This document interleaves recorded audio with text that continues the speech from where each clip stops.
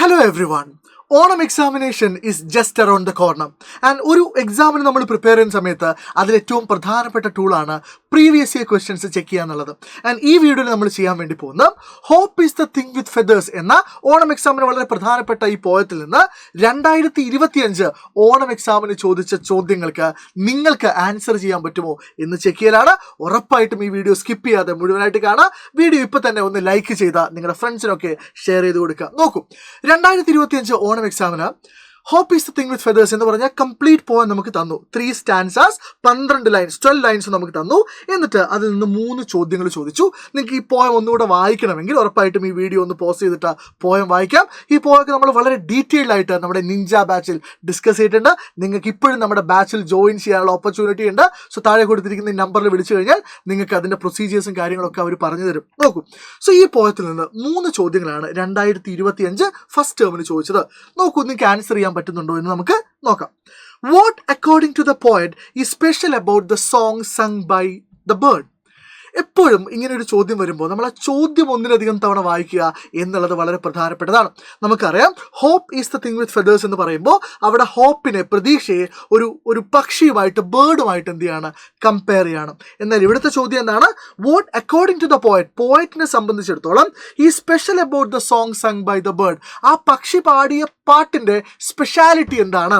അപ്പോൾ ഈ പോയിന്റ് നന്നായിട്ട് വായിച്ച ഒരാൾക്കറിയാം അതിൻ്റെ ആൻസർ കിടക്കുന്നത് ഇവിടെയാണ്. ഇവിടെ and sings the tune without the words and never stops at all. So ആ പോയത്തിന് 2 പ്രത്യേകതകളുണ്ട്. ഒന്ന്, അതിൽ എന്തില്ല, വേർഡ്സ് ഇല്ല, വാക്കുകളില്ല. 2, it never stops at all, അതൊരിക്കലും എന്ത് ചെയ്യുന്നില്ല, അവസാനിക്കുന്നില്ല, അത് കോൺസ്റ്റന്റ് ആണ്. അപ്പം നമ്മൾ ഇതിൻ്റെ ആൻസർ എഴുതുന്ന സമയത്ത് 1 മാർക്കിന് ഇതിൻ്റെ ആൻസർ എഴുതുന്ന സമയത്ത് നമ്മൾ ഇത്ര എഴുതിയാൽ മതി: it is constant. It is constant, അത് കോൺസ്റ്റന്റ് ആണ്. And it has no words. It is constant and it has no words. 1 mark നിങ്ങൾക്ക് കിട്ടി. രണ്ടാമത്തെ ചോദ്യം, pick out an example for the metaphor from the given lines. നോക്കൂ, ഈ പോയത്തിൽ ഏറ്റവും dominant ആയിട്ടുള്ള ഫിഗർ ഓഫ് സ്പീച്ച് എന്ന് പറയുന്നത് എന്താണ്? മെറ്റഫർ ആണ്. അപ്പോൾ മെറ്റഫറിന് എക്സാമ്പിൾ തേടി നിങ്ങൾ എവിടെയും പോകണ്ട. The very first line is a classic example for metaphor. കാരണം hope is the thing with feathers എന്ന് പറയുമ്പോൾ അവിടെ ഹോപ്പിനെ എന്തുമായിട്ട് കമ്പയർ ചെയ്യാണ്? ഫെദേഴ്സ് ഉള്ള ആ കാര്യവുമായിട്ട്, അതെന്താണ്, ബേർഡുമായിട്ട് കമ്പയർ ചെയ്യാണ്. അപ്പോൾ ഇതിൻ്റെ ആൻസർ എന്താണ്?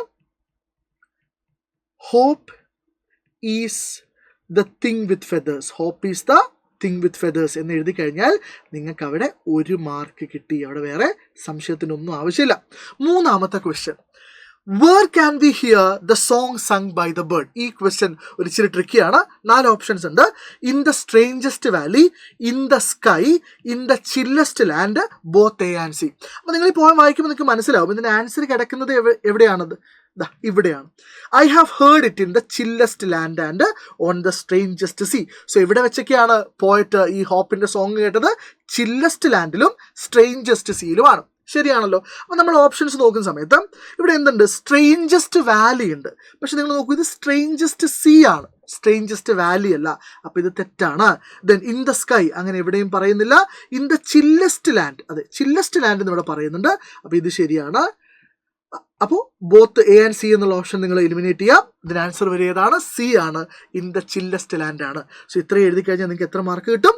3 മാർക്ക് കിട്ടും. ഇനി 2025 നിങ്ങൾക്ക് ഓണം എക്സാമിന് മുമ്പ്, നിങ്ങളുടെ സീനിയേഴ്സിൻ്റെ ഓണം എക്സാമിന് മുമ്പ് ടെക്സ്റ്റ് ബുക്ക് പുതുതായിട്ട് ഇൻട്രൊഡ്യൂസ് ചെയ്തുകൊണ്ട് ഒരു മോഡൽ ക്വസ്റ്റ്യൻ പേപ്പർ കൂടെ സമഗ്ര പബ്ലിഷ് ചെയ്തിട്ടുണ്ടായിരുന്നു. സോ ആ ക്വസ്റ്റ്യൻ പേപ്പറിലെ 3 ചോദ്യങ്ങളൂടെ നമുക്ക് നോക്കാം. അവിടെ നിങ്ങൾക്ക് 2 സ്റ്റാൻസാസ് ആണ് തന്നത്. ആദ്യത്തെ, the first 2 stanzas, and you have been asked, they have been asked to answer these 3 questions. ഒന്നാമത്തെ question, where does hope perch according to the poem?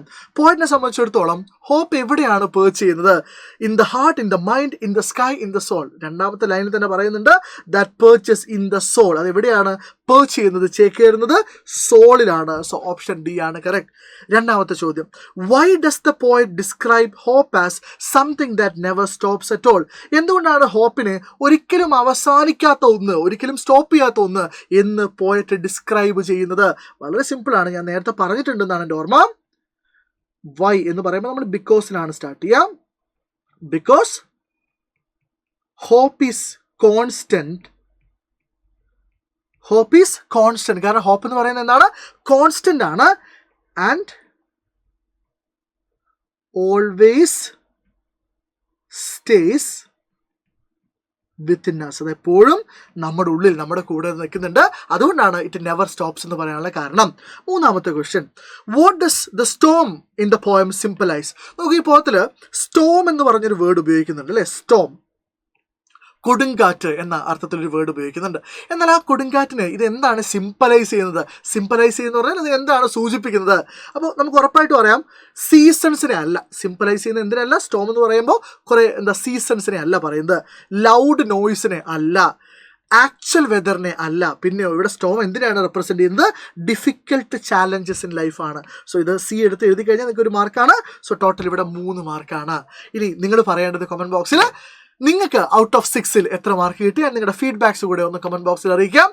Until we meet again, take care everybody. ഹസ്ത ല Vista.